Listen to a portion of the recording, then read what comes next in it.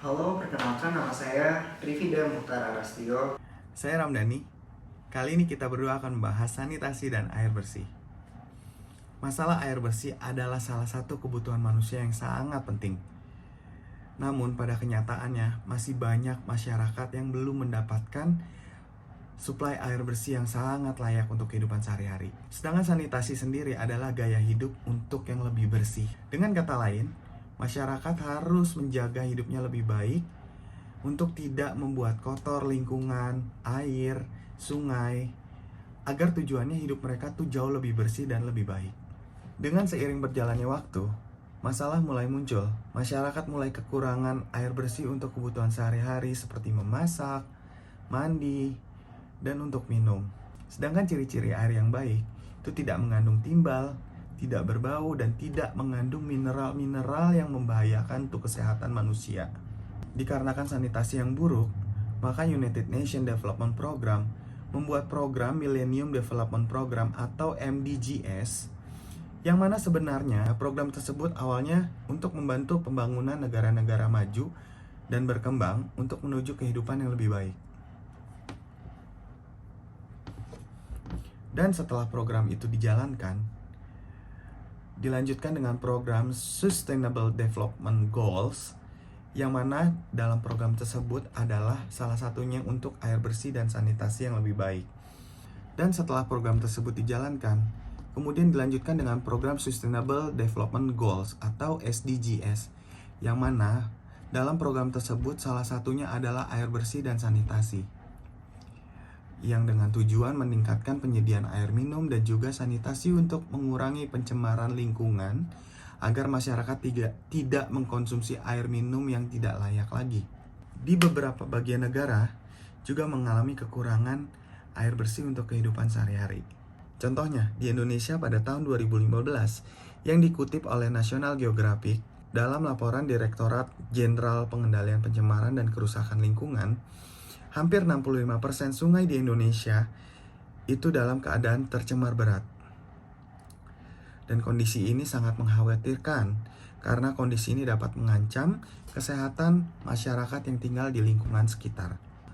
Sumber utama pencemaran tersebut justru berasal dari limbah rumah tangga, bukan limbah industri. Hal ini menguatkan toleransi antara kualitas air bersih dengan kualitas sanitasi yang ada pada lingkungan tersebut. Ada juga contoh lain pada negara India, yang juga salah satu merupakan memiliki sanitasi yang tidak baik atau memiliki air buruk. Hal ini disebabkan karena kebiasaan masyarakat dan juga minimnya kesadaran untuk kebersihan lingkungan yang lebih baik, serta juga minimnya fasilitas toilet umum yang disediakan oleh pemerintah. Hal ini berdampak besar pada masyarakat di lingkungan tersebut. Salah satunya adalah penyakit diare. Pemerintah India sampai saat ini belum membuahkan hasil yang signifikan, dikarenakan kesadaran masyarakat tersebut tidak mencapai titik yang diinginkan oleh pemerintah. Sehingga PBB mendukung program pemerintah India dengan membuat program WASH, Water, Sanitation, and Hygiene, yang mengupayakan untuk masalah tersebut menjadi terselesaikan. Saya bermaksud untuk menindaklanjuti pembahasan atau pemaparan yang telah disampaikan oleh rekan saya, Ramdhani. Baik, hubungan air bersih dan sanitasi yang layak sangatlah terikat dengan faktor kesehatan manusia. Meski keadaan air dan sanitasi yang masih jauh daripada kata baik, yang dimana kita dapat temukan artinya air atau sanitasi tersebut masih sangatlah buruk, baik di Indonesia maupun di penjuru dunia lainnya. Namun, masalah tersebut dapat kita selesaikan secara bersama dan kita cari jalan keluarnya. Menyoroti keadaan yang terjadi di India, memang perlu adanya tindakan, penyusunan, dan pelaksanaan strategi yang dapat berjalan dengan baik. Untuk mengurai permasalahan air bersih dan sanitasi di India, baiknya pemerintah mengadakan fasilitas toilet umum yang bersih dan juga sesuai dengan standar UNICEF melalui program WASH atau Water, Sanitation, and Hygiene agar kembali diperhatikan. Penambahan fasilitas tersebut dapat diletakkan pada pusat-pusat keramaian sehingga dapat dimanfaatkan oleh rakyat India khususnya maupun para turis yang berkunjung ke negara tersebut. Tidak lupa pengawasan serta pengelolaan fasilitas juga dapat diperhatikan untuk dapat mengkontrol atau mengawasi agar fasilitas toilet bersih tersebut dijaga dengan baik. Beralih pada pembahasan tentang studi kasus yang menyoroti masalah air bersih dan sanitasi di Indonesia, bahwa data menyampaikan 65% sungai-sungai di Indonesia masih dalam keadaan yang tercemar. Lantas, kesadaran masyarakatlah yang kita perlukan sebagai langkah awal.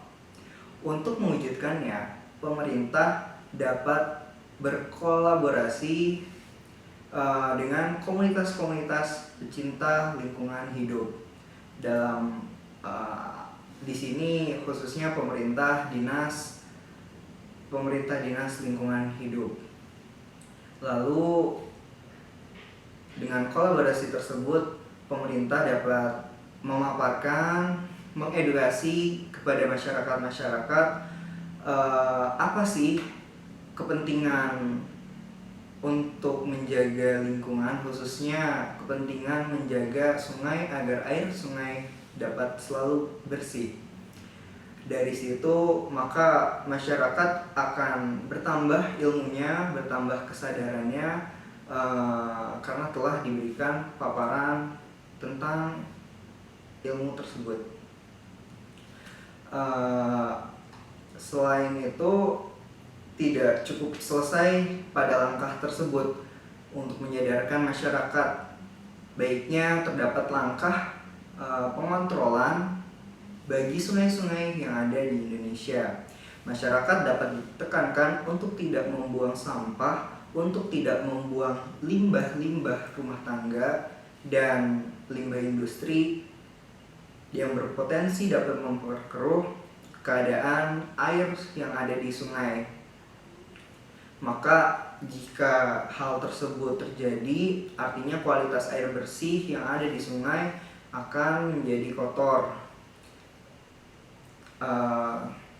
Selain itu, perlu juga penambahan akses tempat pembuangan agar yang tadinya masyarakat masih sering buang sampah di sungai agar dapat mengalihkan pembuangan tersebut kepada tempat pembuangan sampah yang telah disediakan oleh pemerintah.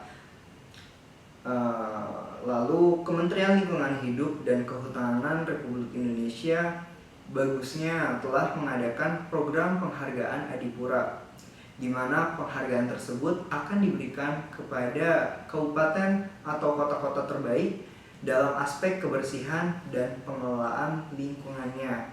Program tersebut baiknya dijunjung tinggi oleh seluruh masyarakat Indonesia untuk saling berlomba-lomba dalam menjaga kebersihan dan lingkungan hidup. Langkah-langkah solusi ini tentunya merupakan tugas bersama. Apabila langkah tersebut dapat kita laksanakan dengan baik, maka air bersih dan sanitasi yang baik akan hadir kepada masyarakat yang lebih luas.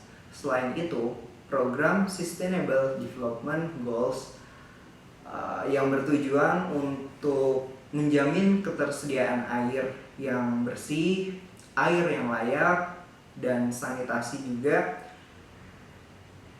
yang berkelanjutan untuk semua orang di dunia dapat terlaksanakan. Dengan demikian, kita dapat memutus rantai-rantai penyakit yang disebabkan oleh air kotor dan sanitasi yang tidak layak.